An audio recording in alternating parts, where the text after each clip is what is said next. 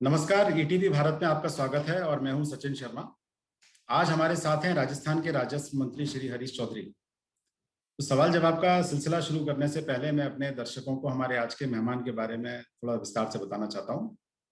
हरीश चौधरी ने एक साधारण परिवार से निकलकर राजनीति का सफर तय किया है।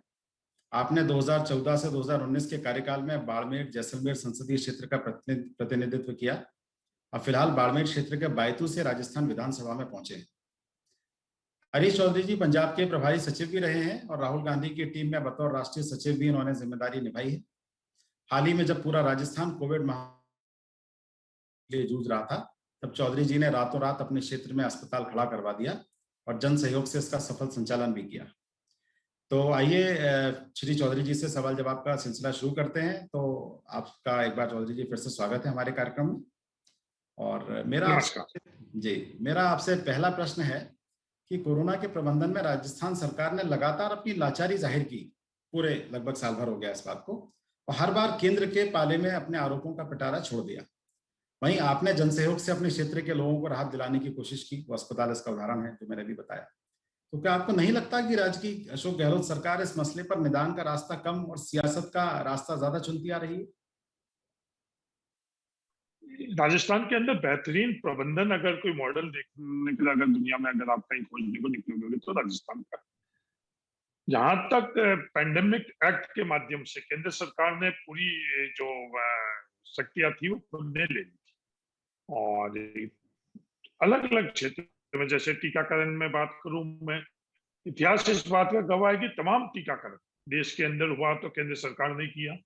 पैंडेमिक एक्ट के माध्यम से ऑक्सीजन, पूरे देश के ऑक्सीजन के तमाम स्रोतों को उन्होंने अधिकृत कर लिया और उन्होंने रीडिस्ट्रीब्यूट किया। रेमडेसिविर के संदर्भ में भी एक ही ये बात थी। तो जो तमाम पैमाने जिसके ऊपर जो पूरी की पूरी जब आपने अधिकार अपने में ले लिए तो जिम्मेवारी भी आपकी। और राजस्थान के अंदर अशोक गहलोत जी की सरकार, कांग्रेस की सरकार ने कभी भी अपनी जिम्मेवारियों से दूर नहीं। वैक्सीनेशन के अंदर भी जब ये जिम्मेवारी दी गई तो आर्थिक प्रबंधन किया गया, उस संदर्भ में भी काम आगे चला। कोई भी क्षेत्र के अंदर राजस्थान के अंदर बेहतरीन प्रबंधन हुआ, सीमित संसाधन के बावजूद हुआ। जब एक वक्त था जब हम लोगों को 700 मैट्रिक टन से ज्यादा ऑक्सीजन की आवश्यकता थी और 370 मैट्रिक टन हम लोगों को मिल रहा था, और वो एक बेहतरीन प्रबंधन था। उसके माध्यम से हम लोगों ने राजस्थान के अंदर कोविड पेशेंट का इलाज किया। रेमडेसिविर जितनी हम लोगों को चाहिए थी उसकी 1/3 मिल गई। आज भी जितनी हम लोगों को ब्लैक फंगस की दवाई चाहिए उससे कम मिल गई। वो कमी कहीं ना कहीं ये विवाद करने से किसी का भी मकसद हल नहीं होगा, मैं ये कहना चाहता हूँ। कहीं भी अगर हम लोग विवाद देखें, एक जगह ये विवाद उत्पन्न किया कि जो वैक्सीन है उनको गाड़ा जा रहा है, तो ये प्रोटोकॉल किसने तय किया? ये प्रोटोकॉल केंद्र सरकार ने तय किया कि वैक्सीनेशन के बाद में जो भी खराब वैक्सीन है या जो यूज्ड वैक्सीन है उसको किस प्रोटोकॉल के अंदर उसको डिस्पोज किया जाए। वो की वो पद्धति अपनाकर राजस्थान के अंदर भी सिर्फ हम लोग विवाद तो आप राजस्थान के सरकार ने जो भी आप प्रयास किए साल भर से जो भी चल रहा है, आप उससे पूर्ण रूप से संतुष्ट हैं? खैर आप सरकार में है भी। सबसे बेहतर, हाँ नहीं नहीं नहीं, सरकार में इसलिए नहीं कह रहा हूँ। आप राजस्थान के इर्द गिर्द कोई भी स्टेट के अंदर जाकर आप देख लो, मैं उत्तर प्रदेश की बात कर लूँ, मध्य प्रदेश की बात कर लूँ, हरियाणा की कर लूँ, गुजरात की देख लूँ, उससे तुलना करके आप देख लो, अपने आप ही ग्राउंड पर आपको पता चल जाएगा कि किस तरह का राजस्थान के अंदर प्रबंधन हुआ। अच्छा, सरकार से अब आपके आपके काम पे आते हैं। तो आपने अस्पताल बनवाया था जिसका मैंने जिक्र किया। तो आपने जिस भूमि सामरा क्षेत्र में जो आपने चुना था, अस्पताल के लिए चुनाव किया था, उसे लेकर विवाद बहुत हुए। आप पर आरोप लगा कि आपने गरीबों के कच्चे घर तोड़कर अस्पताल बनवाया। आपने इस बारे में सफाई भी दी थी, परंतु आपके प्रतिद्वंदियों, खासतौर से जो आरोप लगाया था केंद्रीय कृषि और राज्य मंत्री कैलाश चौधरी, उन्होंने इसे नहीं माना। तो वो कहते रहे, ये सब लोग आपके प्रतिनिधि कहते रहे कि आपकी सत्ता के नशे से उसे जोड़ते रहे कि आपने गरीबों का ध्यान नहीं रखा। क्या कहना चाहते हैं इस पे, आप क्या कहेंगे? मैं आपके माध्यम से सबसे निवेदन करना चाहता हूँ। सबसे पहले तो जो भूमि जहां पर ये सामरा के अंदर हॉस्पिटल के लिए आवंटन किया गया, ये प्रक्रिया कोई एक दिन में तो थी, मैंने तारीखें भी दी। ये लगभग 1 साल से ये प्रक्रिया से होकर उनका आवंटन किया गया। दूसरा, जो तथाकथित जो आरोप लगा रहे हैं कि इन लोगों की इस जगह जमीन से उनको बेदखल किया गया, मैं निवेदन आपको भी करना चाहता हूँ, आपके माध्यम से हर व्यक्ति को करना चाहता हूँ। वो खसरा, वो जमीन इसी के अंदर थी नहीं। वो जहां विवाद कर रहे हैं, चाहे प्रश्न सवाल खड़े कर रहे हैं, वो जमीन इस खसरे में नहीं थी, इस खेत में नहीं थी, जमीन पर नहीं थी। शामरा के अस्पताल को बदनाम किया जाए, उस मंशा से ये लोग आरोप प्रत्यारोप लगा रहे तो हैं। क्या एक तो किसी जगह गरीब की का कोई बात कर घर रहा नहीं हूँ, टूटा उसमें? दूसरे इस जमीन पर, जिस जमीन के ऊपर ये आवंटन किया गया और जिस व्यक्तियों के लिए ये बात कर रहे हैं, वो इस जमीन पर भी नहीं था। ये मतलब किसी भी जगह आप इस चीज को बात कर लो।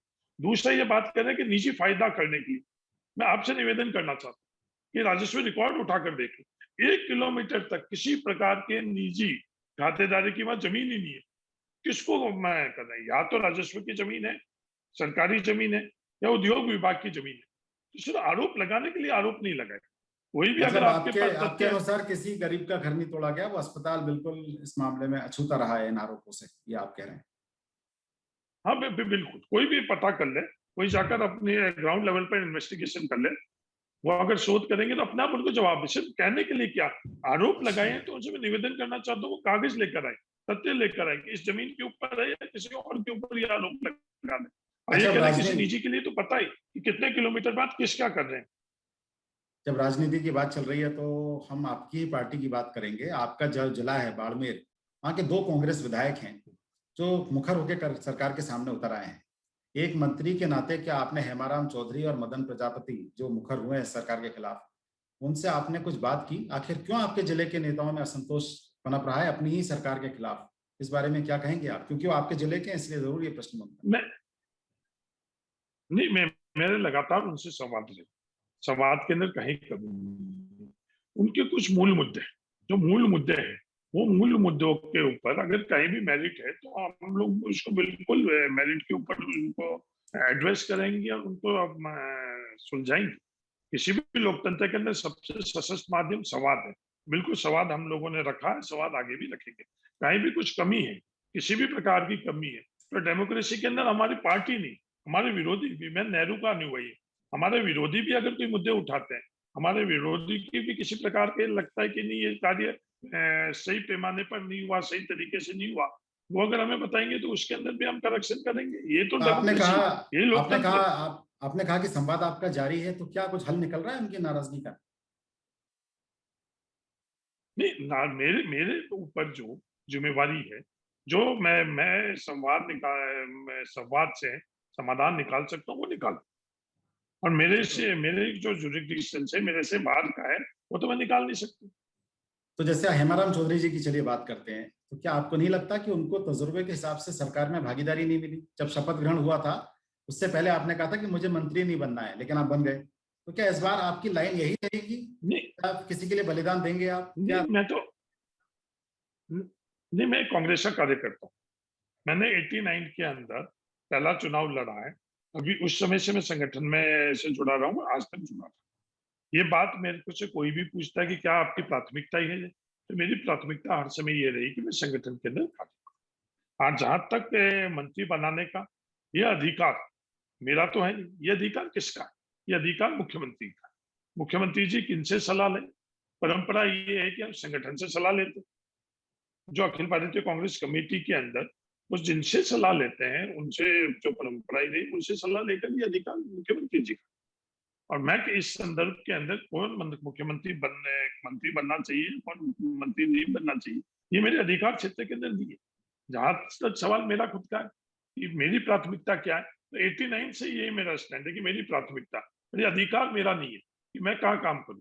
अगर किसी भी आप संगठन के अंदर, संस्था के अंदर काम करते हैं, तो वो संगठन और संस्था तय करती है कि आपको क्या कार्य करना चाहिए। अगर आप कहते हो कि हम उस संगठन के व्यक्ति है, उस संस्था के व्यक्ति है, तो अपने अधिकार आप उस संगठन और संस्था को दे देते हो।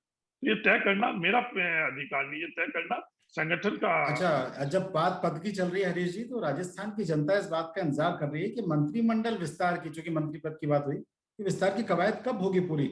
क्या पार्टी या सरकार में इस बारे में कोई मंथन चल रहा है? कि हम लंबे समय से मंत्रिमंडल विस्तार और राजनीतिक नियुक्तियों के बारे में सुन रहे हैं, लेकिन अभी तक इसमें कुछ हो नहीं पाया। तो कहाँ पेच, कहाँ फंसा हुआ है? ये अधिक नहीं, ये अधिकार क्षेत्र मेरा नहीं। ये अधिकार क्षेत्र, अगर मंत्रिमंडल का विस्तार करने का अधिकार क्षेत्र मुख्यमंत्री जी का, या उसको सलाह देने का, अगर मेरी कोई निजी राय भी है, अगर मेरी निजी राय है, तो हम लोगों की व्यवस्था व्यवस्था है, संगठन के अंदर व्यवस्था है। मेरे यहाँ के प्रदेशाध्यक्ष गोविंद डोटासरा जी को अगर मेरी कोई भी निजी राय है तो वो निजी राय मैं गोविंद डोटासरा जी को दूं। अगर मेरे को लगता है कि नहीं इसके अतिरिक्त और किसी को देनी चाहिए तो वो निजी राय मेरी जो भी है वो मैं अखिल भारतीय कांग्रेस कमेटी के अंदर संगठन में जो जिम्मेवारी है, चाहे अजय माकन जी को दो, केसी वेणुगोपाल जी को दो, या हमारे राष्ट्रीय अध्यक्ष सोनिया गांधी जी को दो, ये आप इसकी लेकिन व्यवस्था भी है। आप लगातार संगठन वो के अंदर के आदमी हैं और आप तो लंबे समय से संगठन में आपने काम किया है, तो आपसे इसलिए हम पूछ सकते हैं इस बात को।